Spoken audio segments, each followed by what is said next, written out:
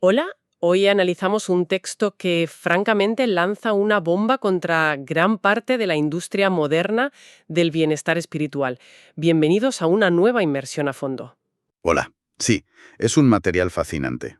Bueno, tenemos sobre la mesa unas fuentes que no van a hacer el típico repaso aburrido de conceptos teológicos que suenan a clase de instituto. Vamos a diseccionar un manifiesto que hace un diagnóstico brutal de lo que define como una enfermedad espiritual muy contemporánea. Exacto. Una crisis silenciosa. La fe viva se está sustituyendo poco a poco y con palabras súper bonitas por una especie de técnica de autosuperación. El objetivo de nuestra exploración de hoy es entender esta diferencia radical, la diferencia entre un cristianismo que pone en el centro a un Cristo Salvador vivo y estas corrientes modernas que lo reducen a un simple gurú, dejando a la persona con la agotadora tarea de tener que salvarse a sí misma.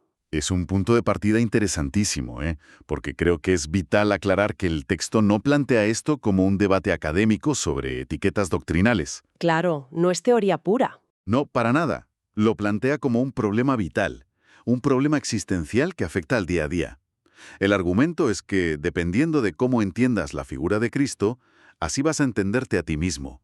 Y dependiendo de cómo entiendas el concepto de gracia, así vas a vivir tus relaciones, tus fracasos y tu propio cansancio. El autor sostiene que hemos convertido la espiritualidad en un proyecto de rendimiento más. Totalmente. Y para sostener ese argumento, el documento nos advierte de dos grandes deformaciones históricas que, al combinarse hoy en día, crean esta trampa de la autosuperación. Vale, vamos a desgranar esto. Adelante. Porque el autor rescata dos términos que suenan, súper antiguos: arrianismo moderno y pelagianismo moderno. Y los aplica directamente a lo que vemos hoy en Instagram, en los retiros de bienestar o en la sección de autoayuda de cualquier librería. Pues empecemos por el primero, el arrianismo. Originalmente, esto fue una herejía ya por el siglo IV, que básicamente rebajaba la divinidad de Cristo. O sea, no decían que fuera una mala persona ni nada de eso. Que va, al revés. Lo consideraban una figura inmensa, extraordinaria, casi divina, pero le negaban lo decisivo. Le negaban que fuera verdaderamente Dios. Lo que nuestras fuentes argumentan es que esta idea no se quedó en el pasado. Hoy ha vuelto. Pero disfrazada de amabilidad. Exacto. Disfrazada de una amabilidad tremenda y con un vocabulario muy actual. Ya no hay debates teológicos en las plazas sobre si el Hijo fue creado en el tiempo, sino que simplemente se presenta a Jesús como un maestro de conciencia, un gran iniciado, o como dice el texto literalmente, una especie de Buda hebreo que nos enseña a vivir mejor. Básicamente, el manifiesto sugiere que hemos convertido a una figura histórica radical en un coach de estilo de vida. Y el texto subraya magistralmente por qué hacer esto resulta tan atractivo para la mente moderna. Claro, es mucho más cómodo. A ver, seamos sinceros. Un Cristo plenamente divino, el verbo hecho carne que irrumpe en la historia, desestabiliza por completo. Si alguien es de verdad Dios, entonces es el Señor, y eso exige adoración, exige replantearse la vida entera y sobre todo destrona al ego humano. En cambio, si lo convertimos en un maestro de conciencia, es tremendamente útil y manejable. Lo fascinante aquí es cómo esta domesticación de la figura de Cristo encaja perfectamente con nuestra cultura. A un maestro se le admira, se subraya con fosforito su frase en un libro, se le cita en una charla motivacional, pero no le entregas tu vida. Sí, tal cual. El texto argumenta que esta visión, sobre todo, evita el escándalo de la cruz. Porque un sabio que da buenos consejos es facilísimo de integrar en una rutina de bienestar. Pero un Dios que se deja crucificar choca frontalmente con una mentalidad que busca constantemente el confort y la autosuficiencia. Exacto. Y ahí es donde el manifiesto introduce la segunda pieza del puzzle, el pelagianismo moderno. Pelagio fue un monje, también de la antigüedad, que ponía tantísimo énfasis en la capacidad moral del ser humano y en su fuerza de voluntad que dejaba la gracia de Dios casi como un adorno. Una especie de puedes lograrlo todo si te esfuerzas lo suficiente. Eso es, la versión del siglo V del tú puedes con todo. Y si unes esa idea con la reducción de Cristo que acabamos de comentar, el resultado que describe el texto es pura lógica matemática. Si Cristo en realidad nos salva, si solo es un influencer espiritual que te señala el camino con frases inspiradoras, entonces el ser humano no tiene más remedio que salvarse a sí mismo. Menudo peso sobre los hombros, ¿no? Enorme. Según las fuentes, este pelagianismo hoy no habla de dogmas, sino que utiliza un lenguaje entre corporativo y terapéutico. Habla del proceso personal, del trabajo interior, de la responsabilidad energética, de empoderarse. Ya. La gracia, en este esquema mental, desaparece como motor de vida y se convierte en una palabra bonita para estampar en una taza de desayuno. Pero a la hora de la verdad, lo que manda es el método, la técnica y la exigencia brutal hacia uno mismo.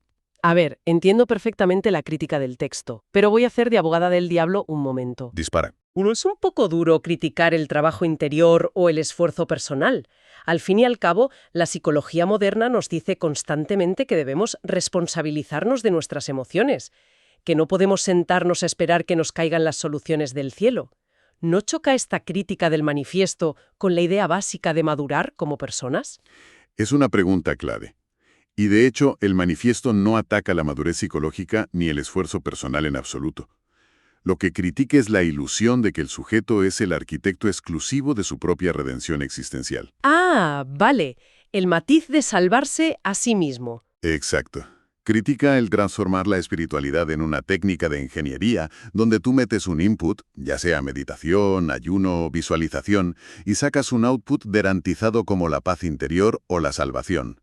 Cuando conviertes la búsqueda espiritual en el mito del hombre hecho a sí mismo, como un emprendedor de Silicon Valley pero aplicado al alma, las consecuencias son muy pesadas. Y tanto que son pesadas.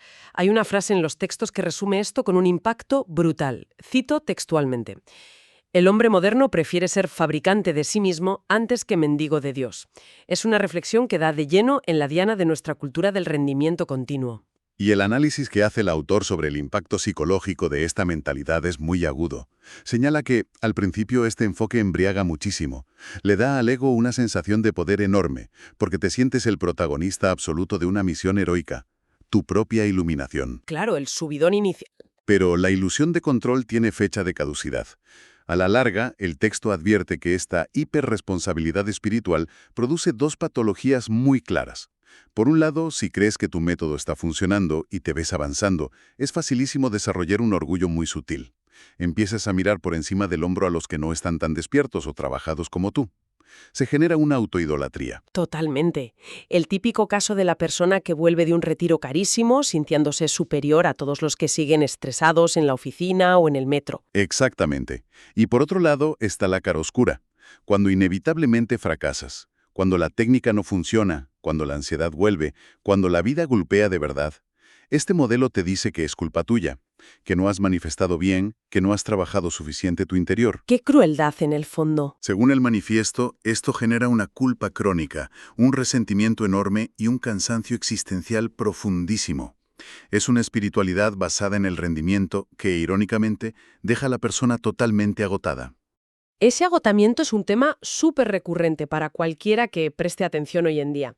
Pero me llama mucho la atención que el texto no se queda solo en el daño psicológico individual, sino que explica cómo esta mentalidad dinamita por completo el sentido de comunidad, lo que llama la eclesia. Claro, la dimensión de la Iglesia. Eso es, si tu salvación o tu paz interior es exclusivamente un proyecto de perfeccionamiento personal, la comunidad pasa a un segundo plano. La Iglesia o cualquier grupo de creyentes se convierte como mucho en una red de networking espiritual, o en un apoyo emocional temporal que desecas cuando sientes que ya no te aporta nada a tu proceso. Si conectamos esto con el panorama general de lo que defiende el cristianismo históricamente, la fractura es total. El autor pone ejemplos muy buenos de expresiones que están súper de moda hoy para ilustrar este individualismo espiritual. Sí, cita frases literales de nuestro día a día. Frases como cada uno tiene su karma, yo estoy protegiendo mi paz, no te metas en el proceso del otro, o yo no cargo con nadie. Suenan a límites sanos y a sabiduría moderna, ¿verdad? Sí, suenan a lo que leerías en cualquier post de psicología en redes. Pero el texto argumenta que, llevadas al extremo espiritual, estas frases consagran la desvinculación absoluta. Son la antítesis del mandato de San Pablo en la carta a los Gálatas, cuando dice, sobrellevad los unos las cargas de los otros. O sea que rehuir los problemas del de al lado bajo la excusa elegante de estoy respetando su proceso o protegiendo mi energía, según este texto, es básicamente una negación de la caridad cristiana. Eso es exactamente lo que sostiene el manifiesto. Afirma que el cristianismo auténtico no es una mónada aislada donde cada uno resuelve su drama en una esterilla de yoga. Dios mismo, en la narrativa cristiana, no se quedó en el cielo diciendo que la humanidad trabaje su karma. ¿Bajó al barro? Entró en la historia, se manchó, sangró y cargó con el peso ajeno. Por lo tanto, una espiritualidad que te aísla para mantenerte puro o equilibrado, choca de frente con la idea de la encarnación. Menuda bofetada a la espiritualidad del yo blindado que tanto se vende ahora. Ahora bien, el autor hace una aclaración crucial llegados a este punto. Aquí es donde se pone realmente interesante. Porque, volviendo a mi papel de abogada del diablo, Dime. alguien que escucha esto podría pensar, vale, si el esfuerzo personal es pelagianismo y está mal, entonces la vida cristiana ideal es tirarse en el sofá y que Dios lo haga todo por arte de magia. Sería una conclusión lógica desde el otro extremo. Pero el texto deja clarísimo que abandonar la idea de autosalvación no equivale a pereza, a pasividad o a falta de disciplina. El esfuerzo en la vida cristiana existe y es vital. El documento habla de ascesis, de combate interior, de negarse a uno mismo. La distinción clave que hace el autor no es si hay esfuerzo o no, sino cuál es la fuente y el propósito de ese esfuerzo. Esa es la verdadera sinergia cristiana.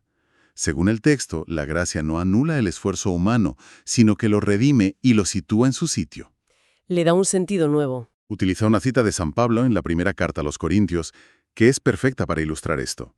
He trabajado más que todos ellos, pero no yo, sino la gracia de Dios conmigo.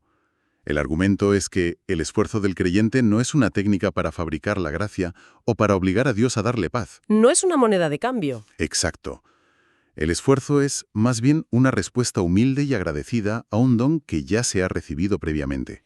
Me encanta cómo el manifiesto resume esto con un verbo concreto.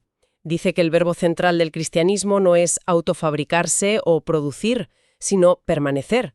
Hace referencia a ese pasaje del Evangelio de Juan de «permaneced en mí». La vid y los sarmientos. Sí, la idea de que una rama no produce uvas por un esfuerzo titánico de voluntad o haciendo trabajo interior, sino simplemente por estar conectada a la vid. Y esa idea de permanecer, según argumenta el texto, transforma radicalmente la vida cotidiana.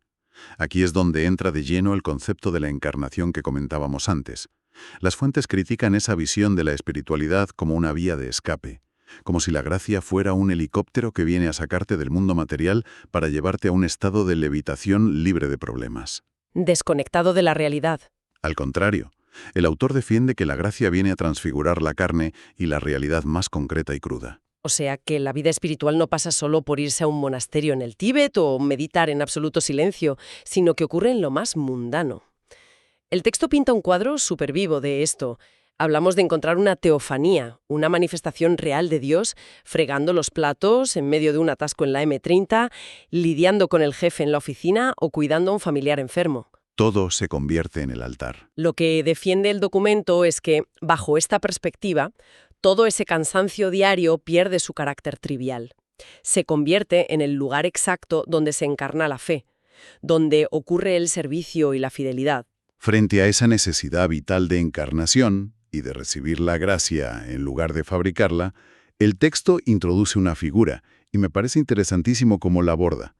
La Virgen María. No la menciona simplemente como un añadido devocional sentimental, como a veces se hace, sino que la eleva a la categoría de antídoto teológico perfecto contra esta obsesión moderna de hacerse a uno mismo. Fíjate que esto choca muchísimo con la visión popular hoy en día, porque a menudo se percibe a María simplemente como una figura de sumisión pasiva o debilidad, pero el autor le da la vuelta por completo y la presenta como la refutación definitiva del individualismo, La antítesis del ego. de la cultura del éxito espiritual.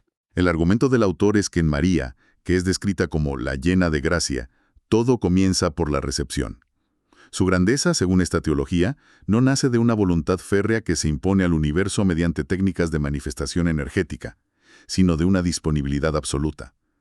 Ella no construye al Salvador como si fuera un proyecto personal de manualidades. Lo concibe. Una diferencia abismal. No inventa su propia misión en la vida, la recibe. Pero ojo, el texto aclara muy bien que esa receptividad no tiene nada que ver con quedarse de brazos cruzados esperando en el sofá. Ella consiente, recibe, pero luego se pega un palizón viajando para servir a su prima embarazada. Cría un hijo, sufre un exilio, persevera al pie de una cruz cuando todos los demás huyen y acompaña a la comunidad naciente después. Es una actividad nacida de la gracia. El manifiesto usa esto para demostrar que, desde la óptica cristiana, la verdadera libertad y la madurez espiritual no nacen de ser absolutamente independiente y no necesitar a nadie, sino de entregarse voluntariamente a la obra de Dios. Es el ícono de la persona que vive enteramente desde la gracia y que, precisamente por haber soltado el control absoluto de su destino, se vuelve inmensamente fecunda. Es una crítica bellísima y muy profunda al mito de la autosuficiencia moderna. Entonces, ¿qué significa todo esto en realidad para el día a día? Porque quien nos escucha y le interese este diagnóstico puede preguntarse cómo detectar estas trampas en la vida real. Afortunadamente, el manifiesto no se queda solo en la teoría teológica elevada. Nos da una especie de manual de supervivencia espiritual con unas señales de alerta muy claras. Criterios para el viandante. Exacto. Criterios prácticos para ayudar a discernir cuando un ambiente, un libro o una corriente espiritual ha caído de lleno en este arrianismo y pelagianismo modernos de los que hablamos. Son unos criterios muy prácticos. El texto enumera varias banderas rojas. La primera señal de alerta salta cuando observamos que la figura de Cristo es solamente admirada, pero no adorada. Es decir, cuando se le cita como a Sócrates o a Gandhi, como un ejemplo ético estupendo, pero ya no se le reconoce como el Señor vivo ante el que uno se arrodilla. Como decíamos al principio, la adoración exige descentrar el ego, algo que el arrianismo moderno rechaza de plano. La segunda bandera roja que menciona el autor me parece súper reveladora. Hay que fijarse en cómo cambia el lenguaje. El texto nos pide sospechar cuando palabras clásicas como salvación, redención o perdón son reemplazadas de forma casi obsesiva por términos como desarrollo, evolución personal, expansión de conciencia o fluir. Es un cambio sutil pero letal. El argumento es que este cambio de vocabulario asume que el ser humano solo está un poco incompleto y necesita mejorar, en lugar de reconocer que está profundamente herido y necesita ser rescatado por otro. Totalmente. Y ligado a esto, la tercera señal de alerta es la desaparición de la cruz. El manifiesto advierte que debemos ser muy críticos cuando cualquier enseñanza espiritual esconde el sufrimiento o lo sustituye sistemáticamente por promesas de bienestar constante, armonía perfecta y autorrealización. La cruz no halaga el orgullo humano, así que es lo primero que se censura en estas corrientes de bienestar. Se barre debajo de la alfombra. Y tela con la cuarta señal, que ataca directamente a cómo entendemos la oración. Esta es crucial. El autor nos dice que estemos muy alerta cuando la oración deja de ser un encuentro vivo y relacional con un tú divino con mayúsculas y pasa a ser una mera técnica de regulación emocional. O sea, usar la oración como si fuera un paracetamol para la ansiedad o una técnica de mindfulness para concentrarse mejor en el trabajo. Según el texto, si rezas solo para sentirte equilibrado y no para relacionarte con Dios, el método ha desplazado por completo a la gracia. Y finalmente, una quinta señal que cierra el círculo de este diagnóstico: la dilución del sentido del pecado. Que es una palabra que hoy asusta mucho. Exactamente.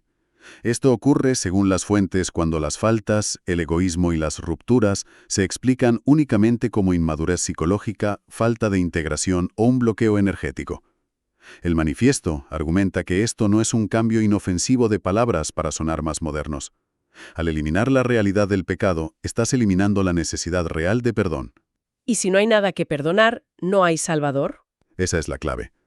La redención y la propia figura de Cristo pierden todo su sentido.